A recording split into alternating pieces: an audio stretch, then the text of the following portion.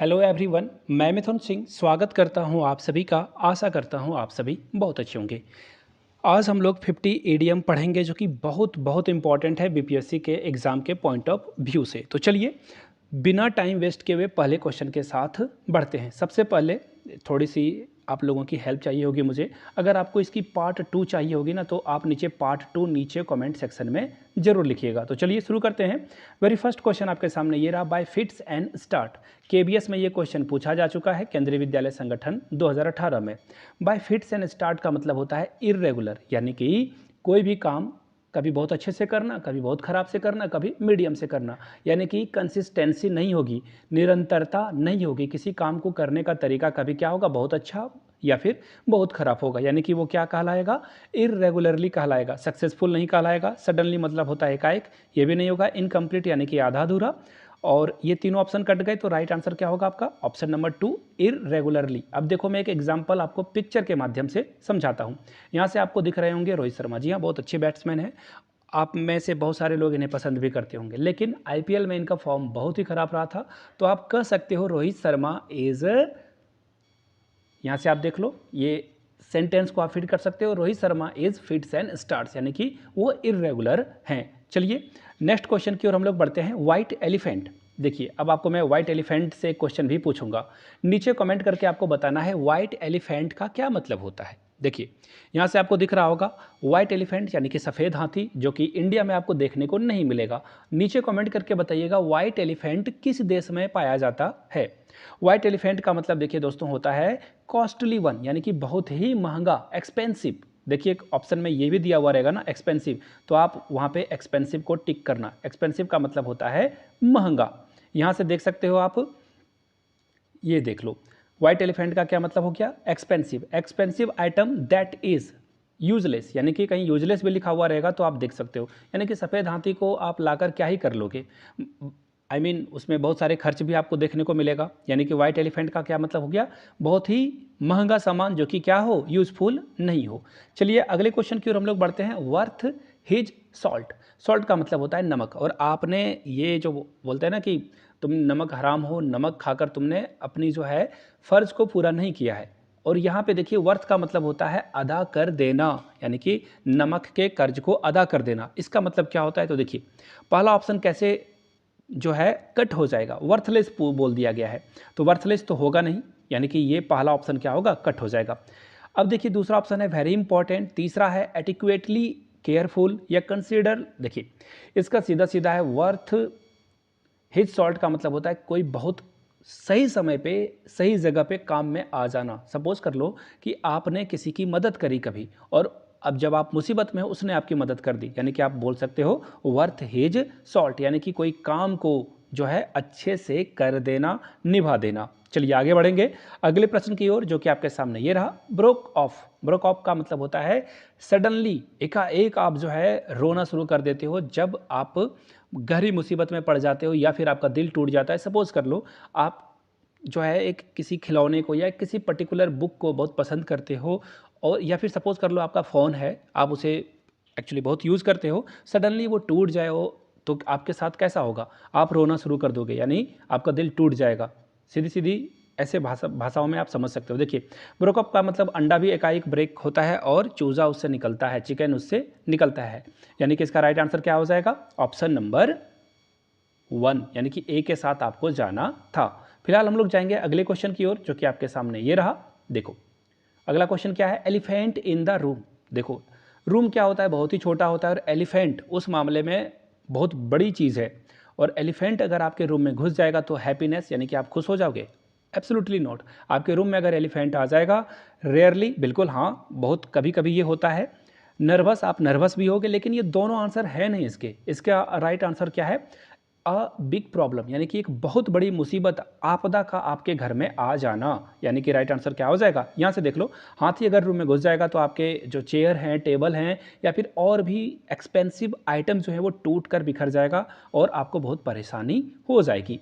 फिलहाल बढ़ेंगे इन a tight corner. इसका क्या मतलब है, इन अ टाइट कॉर्नर का मतलब होता है इन अ क्लोज्ड रूम, यानी कि किसी बंद कमरे में रहना, in a small field, in a difficult situation in a मेलोडोप। देखो इन अ टाइट कॉर्नर का मतलब आप यहाँ से देखो, दो यहाँ पे आपको पिजन दिख रहे होंगे जो कि आपस में टॉक कर रहे हैं। अब आपको पूछा गया है टाइट कॉर्नर का क्या मतलब होता है। देखो यहाँ पे ट्रबल, मुसीबत में होना, प्रेशर में होना।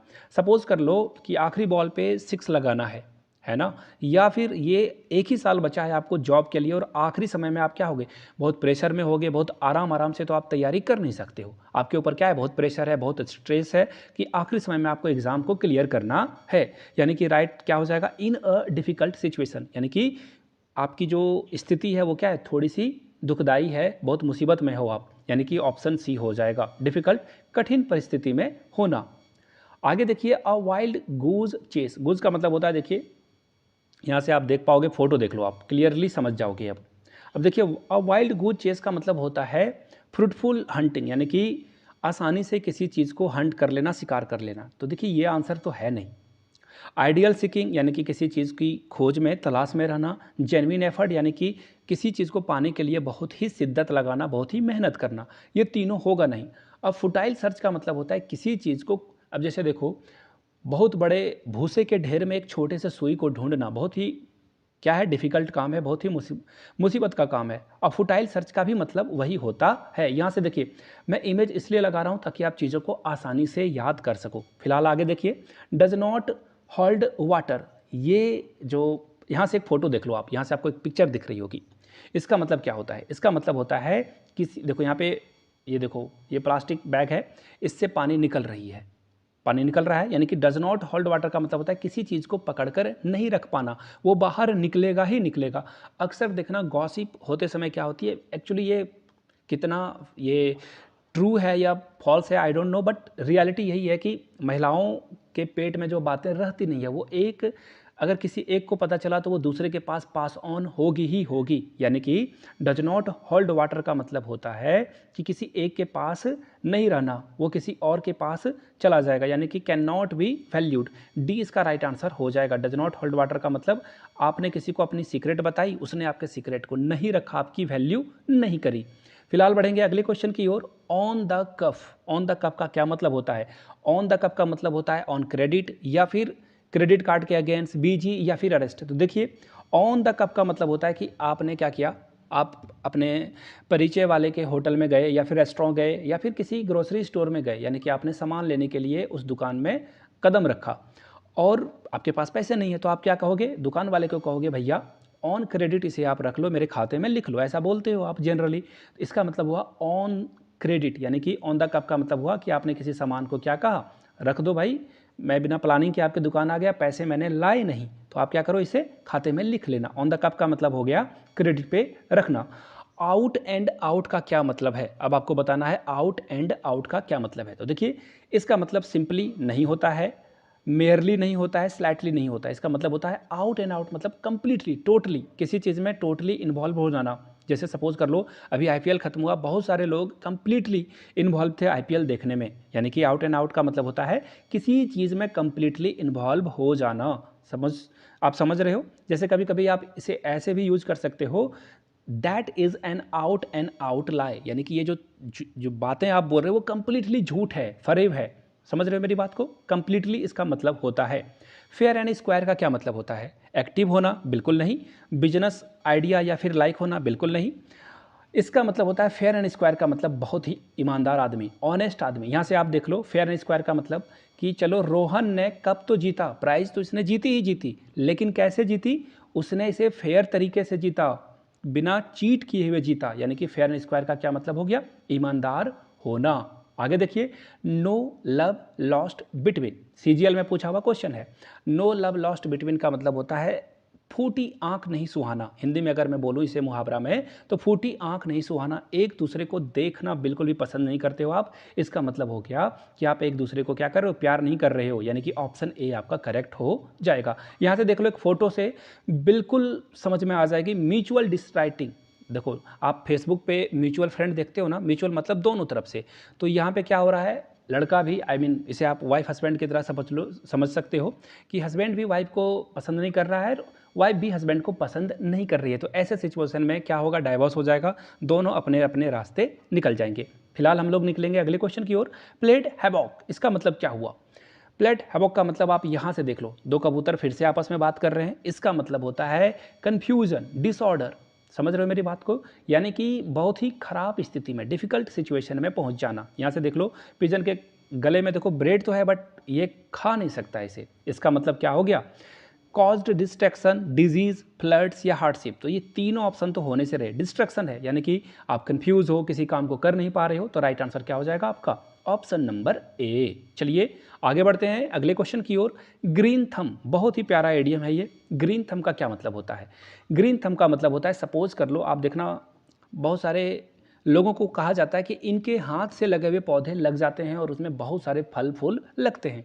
यानी कि गार्डनिंग में, यानी बगीचे में फल फूल लगाने में उनका कोई हाथ नहीं पकड़ सकता, वो बहुत अच्छे हैं। ग्रीन गार्डनिंग का मतलब भी यही हुआ कि आप बहुत इंटरेस्ट लेते हो किस में? नेचर में और गार्डनिंग करने में, पेड़ पौधे लगाने में। यानी कि ऑप्शन सी इसका क्या होगा? करेक्ट आंसर होगा। फोटो देख लो, आप चीज़ों को और आसानी से समझ पाओगे। To have a green thumb का मतलब आप समझ रहे हो कि आप अच्छे से पेड़ पौधे को लगा सकते हो और अच्छे से आप उसकी सेवा भी कर सकते हो। नेक्स्ट क्वेश्चन आपके सामने ये रहा, सोइंग वाइल्ड ओट्स। देखिए, सोइंग वाइल्ड ओट्स का क्या मतलब होता है? एसबीआई के पीओ के एग्जाम में ये क्वेश्चन पूछा जा चुका है। देखिए, सोइंग वाइल्ड ओट का मतलब होता है जब आप यंग होते हो, बहुत यंग होते हो, और जब आपके पास बुद्धि नहीं होती है आगे की चीज़ों को सोचने के लिए, आप प्लेजर की ओर भागते हो। इसका मतलब होता है आपकी बिहेवियर जो होगी वो इररिस्पॉन्सिबल होगी। इररिस्पॉन्सिबल प्लेजर सीकिंग, प्लेजर का मतलब होता है खुशियाँ ढूंढना, जो कि ज़रूरत से ज़्यादा, एक्चुअली उसकी ज़रूरत नहीं है, फिर भी आप जो है यंग एज में उस चीज़ों के पीछे भागते हो। दैट्स कॉल्ड सोइंग वाइल्ड ओट। आप नशा कर सकते हो, बिना मतलब के फजूल की चीज़ें करोगे, उसे बोला जाएगा सोइंग वाइल्ड ओट्स। चलिए आगे बढ़ते हैं अगले क्वेश्चन की ओर। रीडिंग बिटवीन द लाइन्स, बहुत बार ये क्वेश्चन एग्जाम में आ चुका है and very very important. Running between the, actually reading between the lines का मतलब होता है जो बातें लिखी नहीं गई है लेकिन आप उसे समझ जाते हो। जैसे मैं एक एग्जांपल देता हूँ, उसने कह दिया ठीक है जाओ, अच्छी बात है। इसका मतलब क्या है? ये टॉन्ट है, आप ऐसे से समझ सकते हो। ठीक है अच्छी बात है, इसका मतलब ये नहीं कि अच्छी बात है, उसने सटायर वे में कहा। इसका मतलब क्या है? कि वो खुश नहीं है इस बात से। इसका मतलब क्या है? आप वैसे मीनिंग को ढूंढते हो जो कि एक्चुअली में एक्सप्रेस किया ही नहीं गया है, उसमें हिडन, छिपा हुआ मतलब है। रीडिंग बिटवीन द लाइन का मतलब क्या होता है? जैसे देखो, बहुत सारे नेता होते हैं ना, जब वो अपनी बाइट देते हैं, बाइट देने का मतलब कोई स्टेटमेंट देते हैं किसी भी पॉइंट ऑफ व्यू से कि आप चुनाव लड़ रहे हो या नहीं लड़ रहे हो, तो वो सीधा जवाब नहीं देंगे। आपको रीडिंग बिटवीन द लाइन्स करना होगा और चीज़ों को समझना होगा। चलिए आगे बढ़ते हैं, और यहाँ से देख सकते हो, Sonia loved reading between the lines, यानी कि सोनिया को क्या है? बहुत पसंद है जो छिपी हुई बातें हैं डिकोड करने में, उसे बड़ा मज़ा आता है। चलिए आगे बढ़ते हैं। To give the devil his due. देखिए, डेविल मतलब होता है अच्छा आदमी नहीं, खराब आदमी, और ड्यू मतलब उसके जो वो डिज़र्व करता है उसे आप देते हो।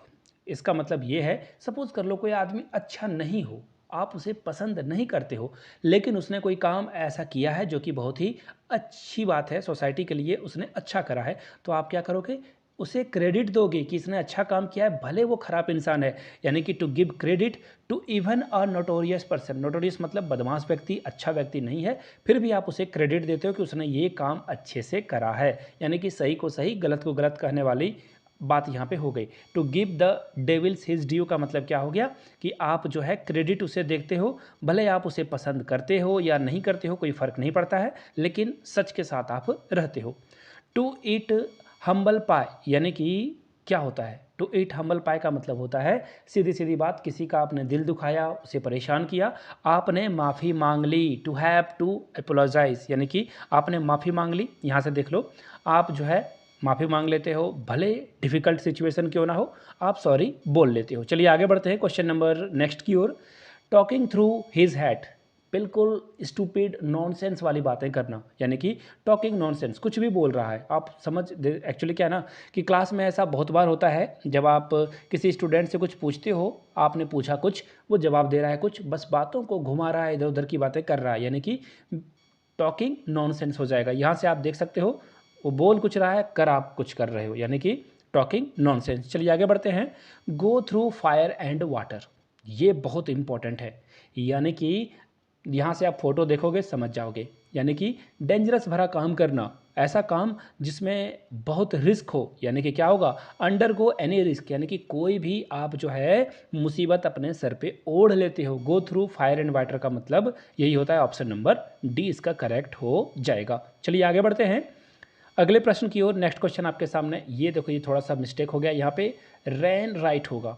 एक्चुअली आप इसे ठीक कर लेना। रेन राइट का क्या मतलब होता है? देखिए रेन राइट का मतलब होता है कि जब आप बिना सोचे समझे कुछ भी कर लेते हो, है ना, बिना समझे कुछ भी कर रहे हो। और यहाँ से देखो, सपोज कर लो कि क्लास में आग लग गई, तो देखना आजकल ना मॉक ड्रिल वगैरह किया जाता है कि आग लग जाए या भूकंप आ जाए तो आप चीज़ों को कैसे डील करोगे, किधर जाना है, कैसे भागना है। सपोज कर लो आप कहीं फंस गए हो तो क्या करोगे, दीवार की तरफ छिप जाओगे या फिर कोई मोटे से वस्तु के नीचे अपने आप को कवर कर लोगे। इसका मतलब क्या हुआ कि आप बिहेव अच्छे से करना चाहिए, लेकिन रेन राइट का मतलब, यहाँ पे रेन लिख देना आप, यहाँ पे ये मिस्टेक है, sorry for that. Rain right का मतलब होता है एक्ट करना बिना कुछ सोचे समझे। भूकंप आया, इधर उधर सारे लोग भागने दौड़ने शुरू हो जाएंगे तो क्या हो जाएगा, माहौल कियोस भरा हो जाएगा, बेकार हो जाएगा। चलिए आगे बढ़ते हैं। टर्न एन ऑनेस्ट पेनी, अब इसका मतलब क्या होता है, बिल्कुल ईमानदारी से पैसे कमाना, है ना, लेजिटमेट तरीके से सरकार को टैक्स देते हुए कोई भी काला धन ब्लैक मनी नहीं रखना, यानी कि मेक अ लेजिटमेट, यानी कि जो भी आप काम कर रहे हो आप जो है ऑनेस्ट हो उसमें और ईमानदारी से उस काम को कर रहे हो। चलिए आगे बढ़ते हैं। एट वन वीट्स एंड, इसका मतलब क्या होता है? इसका मतलब होता है जब आपके पास कोई आइडिया नहीं है किसी काम को करने के लिए। सपोज कर लो आप बैठे हो, बीपीएससी की तैयारी कैसे की जाए या फिर सीपीयू का फॉर्म कैसे भरा जाए, आपके पास कोई आइडिया है नहीं, पढ़ाई कहाँ से शुरू करें वगैरह वगैरह। यानी कि आप क्या हो, पजल्ड हो, आपके पास कोई आइडिया नहीं है, आप जो है बिल्कुल पहेली की तरह आपकी ज़िंदगी चल रही है। टू गेट पजल्ड यानी कि आपके पास कोई भी आइडिया ना हो। यहाँ से आप इसके आंसर को देख पाओगे, हैव अ लुक, यानी कि I can't find my phone and I have looked all over the house, मैंने अपने फ़ोन को जो है गुम कर दिया, नहीं मिल रहा था वो, मैंने चारों तरफ देखा, अब मैं ऐसे पोजीशन में हूँ मुझे पता नहीं मैं इसे कहाँ से ढूंढूं। आपके पास कोई आइडिया नहीं है।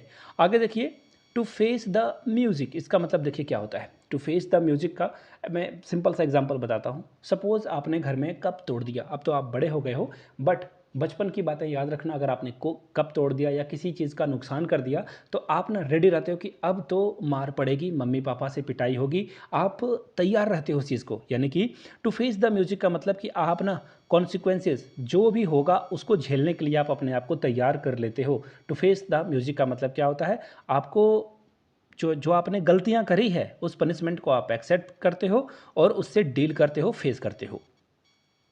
अगला क्वेश्चन है, एट सनेल स्पेस, यानी कि स्नेल कैसा चलता है। देखो स्नेल बहुत ही धीरे धीरे चलता है, बहुत ही स्लो चलता है, यानी कि बहुत स्लोली स्लोली अगर आप किसी काम को कर रहे हो, नहीं बोलते हो कि क्या तुम ऐसे बहुत ही स्लो स्लो कछुए की चाल से चल रहे हो, यानी कि क्या होगा, to do things very slowly, बिल्कुल आराम आराम से करना। आगे देख लेते हैं।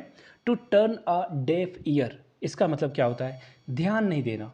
सपोज कर लो कि आप किसी स्टूडेंट को बोल रहे हो भैया फॉर्मूला वगैरह याद कर लो, ए प्लस बी का होल स्क्वायर हमेशा काम में आता है, या फिर ये एडीएम वगैरह पढ़ लो, लेकिन वो ध्यान ही नहीं दे रहा आपकी बात को, यानी कि क्या कहोगे उसे, वो जो है ध्यान दे ही नहीं रहा है किसी चीज़ को।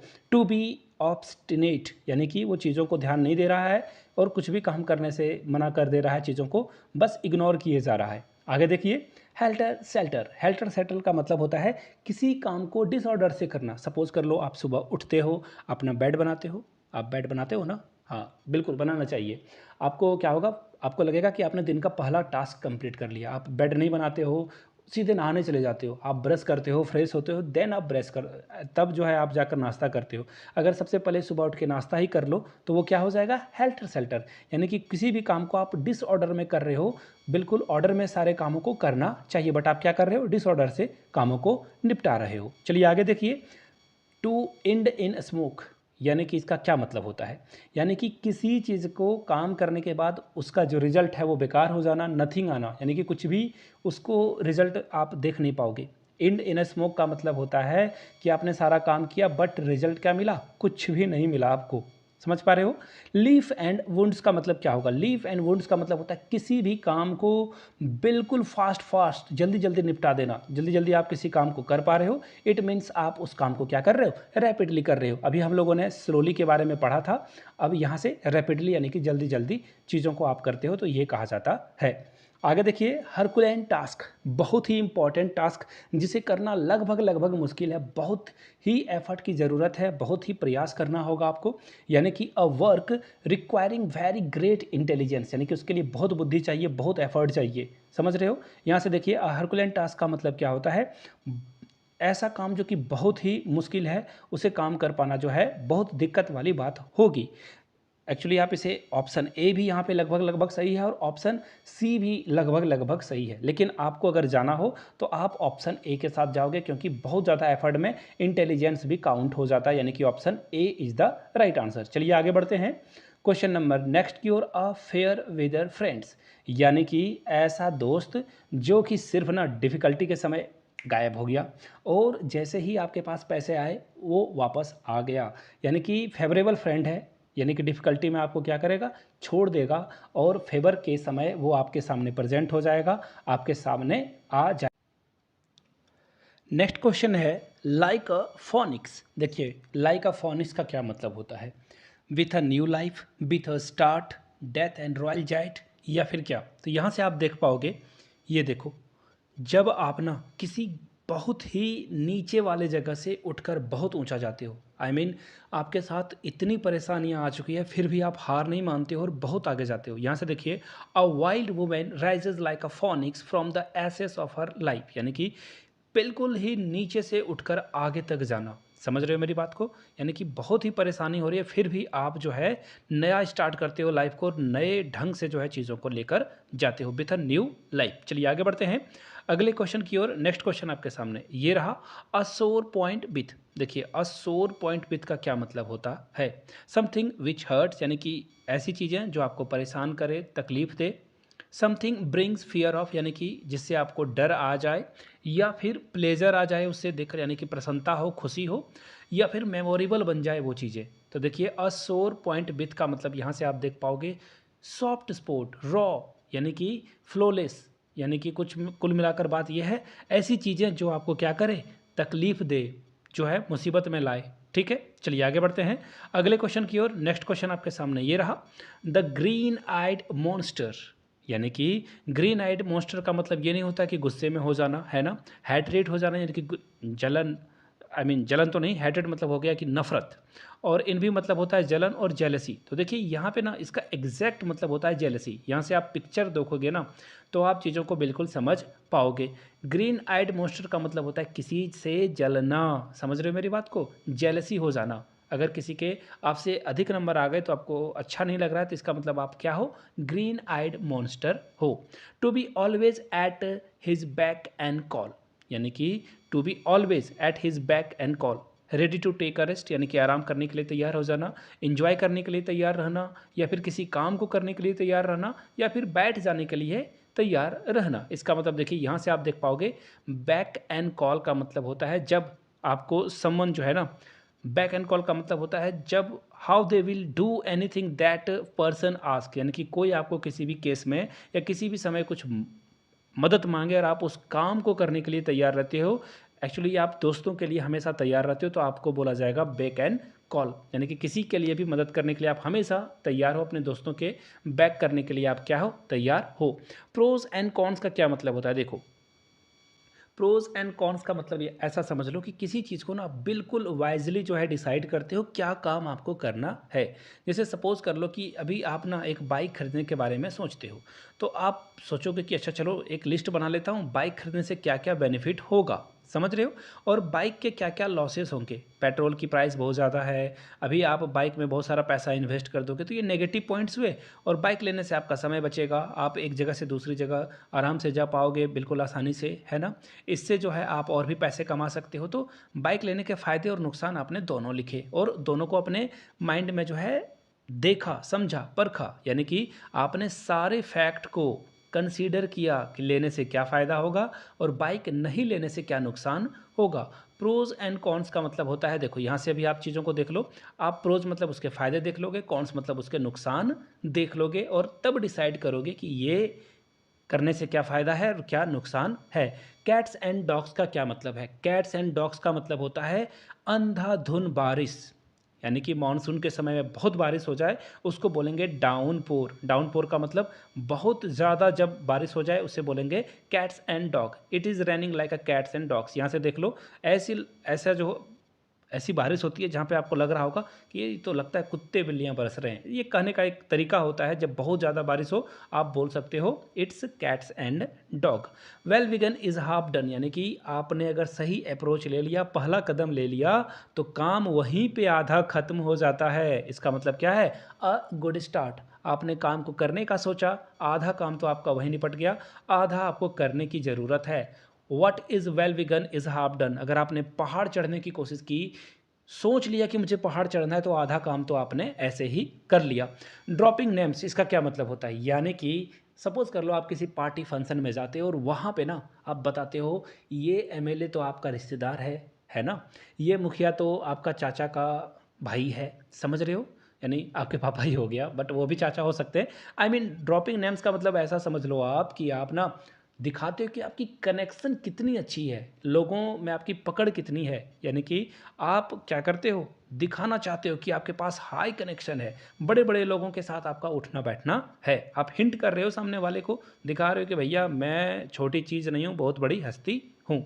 Burn the candle at both and. Suppose कर लो कि एक मोमबत्ती है और इसे दोनों तरफ से अगर आप जलाना शुरू कर दोगे तो ये बहुत जल्दी क्या हो जाएगा, ख़त्म हो जाएगा। यानी कि पैसे खर्च कर रहे हो आप। सपोज कर लो कि आपके पास एक अच्छी पहले से गाड़ी है, बाइक है, और आपने दूसरा बुलेट खरीद लिया, तो क्या नुकसान होगा? आप पेट्रोल पे पैसे जम के उड़ाने वाले हो, खर्च आपकी जो है दुगना हो जाएगी, यानी कि वेस्ट ऑफ मनी हो जाएगा। आपके पास बाइक है, सिर्फ शो ऑफ करने के लिए बाइक लेने की ज़रूरत नहीं है। द वेस्ट ऑफ मनी इसका राइट आंसर हो जाएगा। चलिए यहाँ से आप चीज़ों को देख पाओगे, ये देख लो, कैंडल को दोनों तरफ से जब अगर आप जलाते हो तो क्या होगा, नुकसान आपका होगा। एप्पल्स आई, आँखों का तारा होना, हिंदी में एक मुहावरा आपने पढ़ रखा होगा। एप्पल्स ऑफ वन साइज़ का मतलब होता है किसी के नज़र में, किसी के आंखों में, दिल में बहुत गहरे से उतर जाना। वो इंसान आपके लिए जो है क्या है, बहुत ही प्यारा हो जाता है। जैसे हर माँ बाप के नज़र में उनका बच्चा जो होता है वो क्या होता है, एप्पल्स वन साइज़ होता है, यानी कि उनके आंखों का तारा होता है। यानी वेरी लवेबल, बहुत ही प्यारा होना। बिल्कुल ये सारे ऑप्शन क्या है, इनकरेक्ट है। राइट आंसर आपका ऑप्शन ए हो जाएगा। चलिए आगे बढ़ते हैं। यहाँ से आप देख लो, ये बिल्कुल जो मैंने एग्जांपल दिया था, यहाँ मम्मी पापा हैं और यहाँ पे उनका बच्चा है जो कि बहुत ही प्यारा है उनके लिए।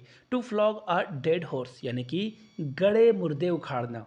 गड़े मुर्दे मुर्दे जो उखाड़ोगे आप, तो इससे क्या फ़ायदा होगा? सपोज़ कर लो आप ना 8th में आपकी जो मैथ के नंबर थे वो 99 थे 100 में, यानी कि आप बोलोगे अरे भाई एक नंबर आ जाता तो क्या ही बात होती, 100 में 100 आ जाते।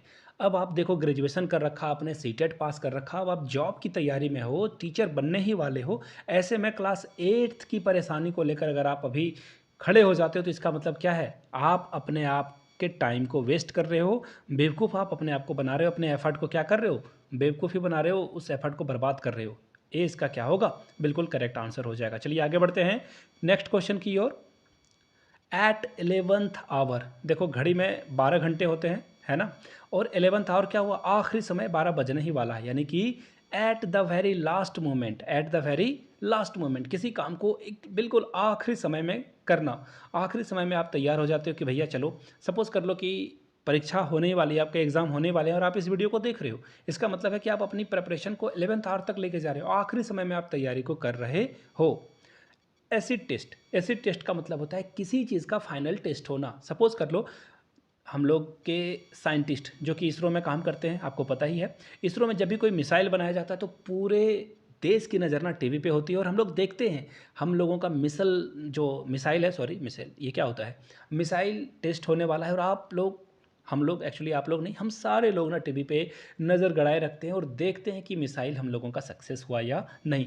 तो ये मिसाइल का क्या हो जाएगा, एसिड टेस्ट हो जाएगा। साइंटिस्ट का क्या है, एसिड टेस्ट है, जिन्होंने 6 साल 10 साल एक काम पे लगाया और उस काम का रिजल्ट अब आने ही वाला है, यानी कि ये क्या हो जाएगा, फाइनल टेस्ट इसका राइट आंसर हो जाएगा। यहाँ से आप फोटो भी देख सकते हो। अ सिचुएशन और event which finally proves whether something is good और बैड, यानी कि कुछ अच्छा या बुरा होने वाला है, इसको बोलते हैं हम लोग एसिड टेस्ट। डॉग्स लाइफ, इसका मतलब होता है बहुत ही ख़राब ज़िंदगी होना। आप बोलते हो ना, ज़िंदगी कुत्ते की तरह हो गई है, झंड हो गई है। वो रवि किशन का डायलॉग है ना, ज़िंदगी झंडवा फिर भी घमंडवा, यानी कि कुत्ते की तरह आपकी लाइफ हो जाना। मिजरली अनहैप्पी एग्जिस्टेंस, एग्जिस्टेंस का मतलब होता है आप जिंदा हो, कोई फ़र्क नहीं पड़ रहा है किसी को, है ना। यहाँ से आप देख लो, यहाँ पे ये इंसान बोल रहा है कि भैया कम से कम तुम्हारी तो ज़िंदगी कुत्ते जैसी नहीं है, कुत्ता को ही बोल रहा है और कुत्ता को उसने रखा है। एलिफेंट इन द रूम मैंने पहले पढ़ा रखा है, अब आपकी बारी है। इसे नीचे कमेंट करके आपको बताना है एलिफेंट्स इन द रूम का क्या मतलब होता है। और द लायन शेयर का मतलब क्या होता है? लायन शेयर का मतलब हो जाता है, सपोज कर लो कि बड़े भाई और छोटे भाई दोनों को माँ ने जो है बोला कि भाई बिस्किट ले ले और दोनों आपस में बांट लेना। बड़े भाई ने ना आधे से ज़्यादा ले लिया बिस्किट, और वो बोलेगा कि मैं बड़ा हूँ, मैं तो इतना ही लूँगा। लायन शेयर का मतलब होता है कि दादागिरी करना, ज़्यादा सामान को या फिर ज़्यादा चीज़ों को अपने पास रख लेना। मेजर यानी कि बड़ा सा हिस्सा जो है अपने पास रख लेना, इसे बोलेंगे लायंस शेयर। तो ये वाइल्ड गूज चेस, ये भी मैंने पढ़ा रखा था, ये आखिरी इडियम है। आप लोगों को नीचे कमेंट करके वाइल्ड गूज चेस और एक और question elephant in the room, दोनों का आंसर देना है। मैं समझ जाऊंगा कि आपने पूरी वीडियो देख ली है और तैयारी के लिए आप बिल्कुल, एग्ज़ाम की तैयारी के लिए आपने पूरी तैयारी कर रखी है। ऑल द वेरी बेस्ट आप सभी को। वीडियो आपने यहाँ तक देखा, इसके लिए आपका तहे दिल से शुक्रिया। इस वीडियो को अपने सभी चाहने वाले दोस्तों को ज़रूर भेजें ताकि उनकी भी तैयारी अच्छी हो सके। वीडियो को यहाँ तक देखने के लिए फिर से आप सभी का बहुत बहुत शुक्रिया। Have a good day.